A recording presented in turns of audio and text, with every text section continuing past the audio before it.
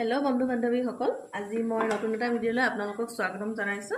এয়া মই মাংস কাঠ আলু আৰু কণ বিলাহী দি মাংস বনাবলৈ লৈছো। সেয়েহে মই ইয়াত পিয়াজখিনি দি দিছো।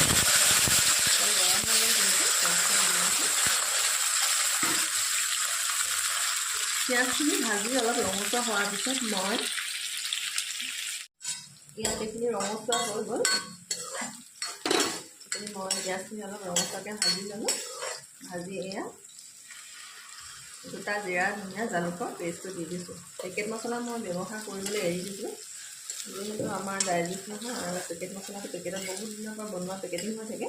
সেই গতিকে মই দুটা জিৰা ধনিয়াটোৱে ব্যৱহাৰ কৰোঁ। পৰাপক্ষত এইখিনি মই ভাজি একেবাৰে সিজি যাব দিম। তাৰপিছত মই ইয়াত মাংসখিনি এড কৰিম। মই যিহেতু মাংস এয়া নতুন এটা ৰেচিপি কাঠ আলু যিহেতু মাঘ মাহত ওলায়েই, সকলোৱে খানেই। মাঘ মাহত ওলাই আৰু যিটো বতৰৰ বস্তু বতৰত খাব লাগে, সেয়ে কাঠ আলু আৰু কণ বিলাহীৰ লগত বনাবলৈ লৈছোঁ। আপোনালোকক দেখুৱাই গৈ আছোঁ। যিহেতু মোৰ ইয়াত পেষ্টটো ভাজি হৈ গৈছে সম্পূৰ্ণ, ইয়াত সিজি গৈছে, পানীটো শুকাই অলৰেডি সম্পূৰ্ণ সিজি ইয়াত ধুনীয়া ফ্লেভাৰ এটা আহিছে। সেই গতিকে মাঘ মাহ যিহেতু সমাগত, মাঘ মাহ আহি আছে, সেই গতিকে সকলো বজাৰতে কাঠ আলু উপলব্ধ। কাঠ আলু সকলো বজাৰতে পোৱা যায়। সেয়েহে মই ইয়াত মাংসখিনি এড কৰি দিম।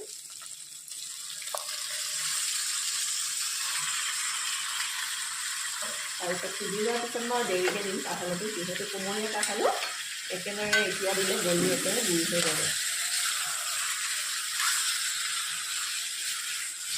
ইয়াত মই এতিয়া নিমখ হালধি এড কৰি দিম।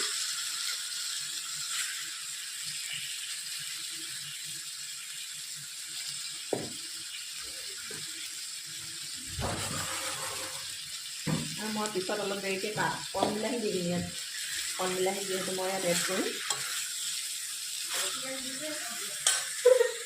যিহেতু মোৰ ইয়াত মাংসখিনি সিজি গৈছে, সেই গতিকে মই ইয়াত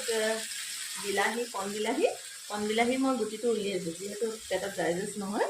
সেই গতিকে কণ বিলাহী গুটিটো পৰাৰ পাছত সকলো মানুহে খাব নালাগে। মই ইয়াত কণ বিলাহীখিনি দি দিছোঁ, গুটিখিনি উলিয়াই।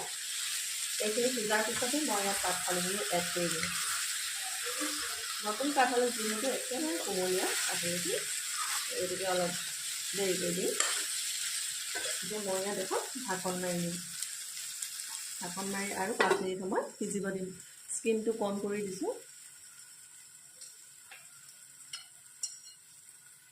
যিহেতু মোৰ মাংসখিনি অলপ সিজি গৈছে, সেই গতিকে মই ইয়াত কাঠ আলুখিনি এড কৰি দিম। কাঠ আলুখিনি মই ডাঙৰ ডাঙৰকৈ দিছোঁ, কাৰণ কেলৈ সিজি যাব, একেবাৰে কোমলীয়া কাঠটোতেই গম পাইছোঁ।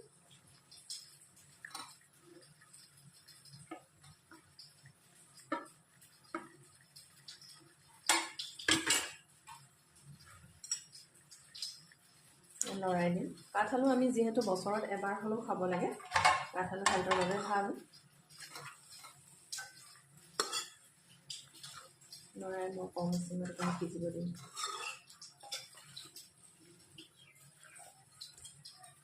এইখিনি এনেকৈ ডাঙৰকৈ দিছোঁ, কিন্তু ইয়াত ডাঙৰকৈ দিলেও এয়া গলি একেবাৰে সিজি যাব, একেবাৰে থুনুকা, হাতেৰে চুই দিলে ভাঙি যায়।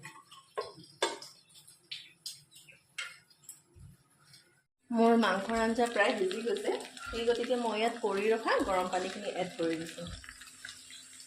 এইটো শুকানকৈও খাব পাৰে, কিন্তু মই অলপ গ্ৰেভি টাইপ কৰিম, সেই গতিকে ইয়াত পানী দি দিছোঁ, গৰম পানী।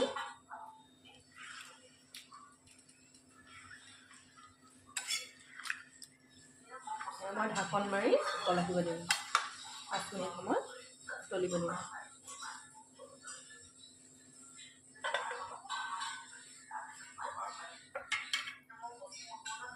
মই যিহেতু 5 মিনিট সিজিব দিলোঁ, সিজাৰ লগে লগে মোৰ মাংসৰ ৰেচিপি ৰেডি।